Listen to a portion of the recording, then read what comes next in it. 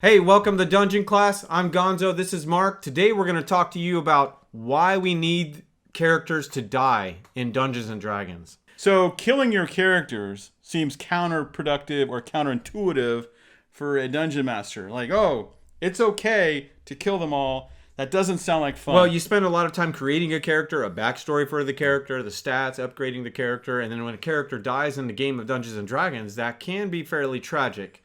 And to be honest, in 5th edition, that rarely happens. It's kind of hard to do if you play rules as written because the characters have so many advantages. But we want to talk about why that's important to allow, especially as a dungeon master, to allow your D20 roll to kill the character and let that happen in the game. So what's one of the first reasons why we would want this to be okay to happen? There are consequences. There need to be consequences in this game because this is a game where you can turn into animals. You can cast fireballs. I mean, there's a lot of things you can do. You got to have some ground things, that some things you can, like gravity, and some things that are kind of bring some reality to the game. And consequences is one of those realities. So dying is a consequence of choices or bad luck, bad roll or bad luck or a bad roll you make on your die. Yeah, that's good. And it's not like other games. This game is a cooperative game where everyone kind of works together. And honestly, as we mentioned earlier about 5th edition, it's hard to die. When you are dying, you get death saves, and you have the group tries to run and help. Who isn't going to try to help revive their teammate? So it's a cooperative game, and it behooves everyone in the party to work together. And unlike other games where you're trying to kill each other, this is a game where so it's kind of hard to die, and it kind of fosters that cooperativeness. Is that we have consequences. If we let this go too far, Bill's going to die. If we don't help him out, so that fosters that. But also, this game, a lot of the aspects of the game are about lessening the choices of dying. The whole game is built around you creating a character with these wonderful skills and abilities, and then upgrading those characters' abilities, their skills, their ability to cast spells, their number of attacks. And really what you're doing is you're taking the D20 roll, right, and you're adding +3, +4, +5, +7, +9, mitigating the chance of you dying. Right. The whole game, you are building your character to lessen that chance of you being able to die. Right. And you want to do well on your rolls. Absolutely. So if the game is built around that, then dying is still a part of the game. Speaking of dying, Mark, if you're dying for great ideas, subscribe to Dungeon Class right now. Just hit that little button, hit the bell for notifications, and let us know in the comments some of the reasons why you think it's a good idea to allow your players to die in D&D. Characters, not players. Oh. That's another video, Gonzo.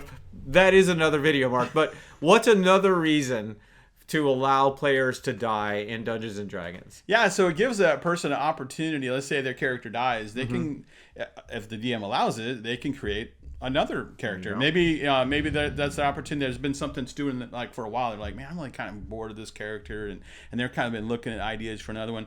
Now there's an opportunity for them to actually create another character if they like. Or they're sitting around the table and they're playing a rogue and they're watching the wizard with all their spellcasting ability, and they're like, man, I really want to be a rogue. And then when death happens in the game, they're like, oh, well, perfect. Now I can try to be a wizard, and do. So yeah, it's a great opportunity for them to try something new, which new players will generally start somewhere and definitely be attracted to other things as they see the game progress. Also, it's an opportunity for the story to progress. Yeah. Resurrecting a player can be, as a dungeon master, it gives you many story hooks right off the bat. Sure. First thing they would need to resurrect a player is find someone with the 7th level spell of resurrection. Those aren't just, you can't find those just everywhere. No, and that's at least a 13th level character or higher, wizard or necromancer or something. Right. It'd be really cool if it was a necromancer because he's definitely going to want something from you before he allows that to happen. Right. And there's cost to the spell, like 1,000 gold piece worth of a diamond that is used during that. So there's great story opportunity for the player. Also, the player may be able to tie in, if they do create another character, they may be able to tie in the brother of the person that passed away, or a family member, or a best friend that wants revenge for his death or her death or something like that. Right. So it just creates all these different avenues for story to progress. Yeah, and if you're going to resurrect, if you're going to allow them to resurrect some, we like the idea of building in a time limit. Like give them like, you have 10 days to make this happen. And now you get that urgency, like, you know, they got to cart that dead body to wherever, find a guy to do it, but they got to do it in 10 days. Shoulder. Yeah, right. So they got to do it quick because after that, they won't be able to do it. So that's we like that idea. That goes beyond what the handbook talks about. Yeah, the handbook gives you can resurrect anyone. The spell itself can resurrect anyone that's been dead for less than a century. Yeah. So that may not really work as well as a timer for your group. I don't think you'd want them back if they've been dead that long. But I don't think it'd be quite the character you wanted. That's true, but there's definitely, and we'll do another video on death itself and how to make that a little grittier and maybe a little fun. But that's definitely one I would quickly add is give them a time limit.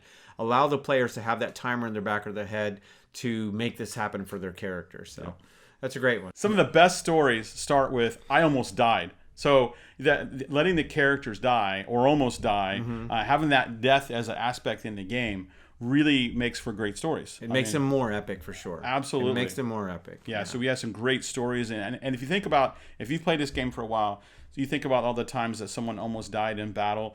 Those are often the most exciting parts of the game. So by taking death out of the equation, that really puts a damper on the stories. On the stories.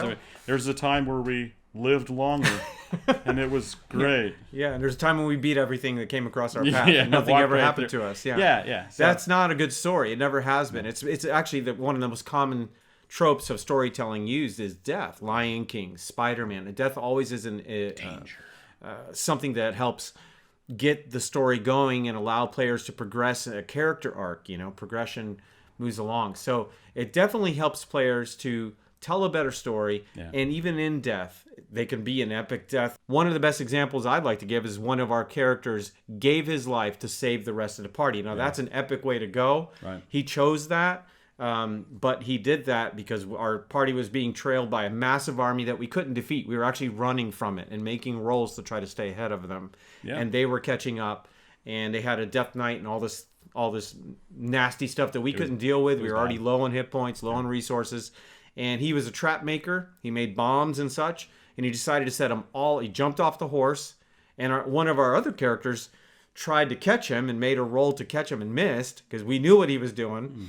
And he wanted to do this, and he jumped off his horse and set all his traps off, and the DM came up with this crazy number of damage that went out and just blew away this group that was pursuing our party, allowed us to live. It was an epic death for him, a great story for him, and really I think why he did it was he wanted to try playing a different character. Right. But it was just a great part of the story. And so as you play D&D, don't be afraid as a dungeon master to allow your players to die. You're maybe rolling behind the screen or in front of them. When that 20 comes up and you roll a critical and you know that's going to kill your player characters, when you roll that D20 and the 20 comes up and that's a critical hit and you know that that's going to kill the character, allow it to happen. Let tension arise around the table, especially if you're rolling in front of them and they see it, or lift your screen up and show them the D20 and be like, you know, you get hit and it's this massive amount of damage and you're gone. Right. And that's really going to add a lot of tension. It's going to add a lot of engagement with the players. And most of all, it's going to add fun to your table to allow your players. It's hard to believe. Fun. Death equals fun in Dungeons and Dragons. And that's our bottom line. That's the bottom line. And with that, class dismissed.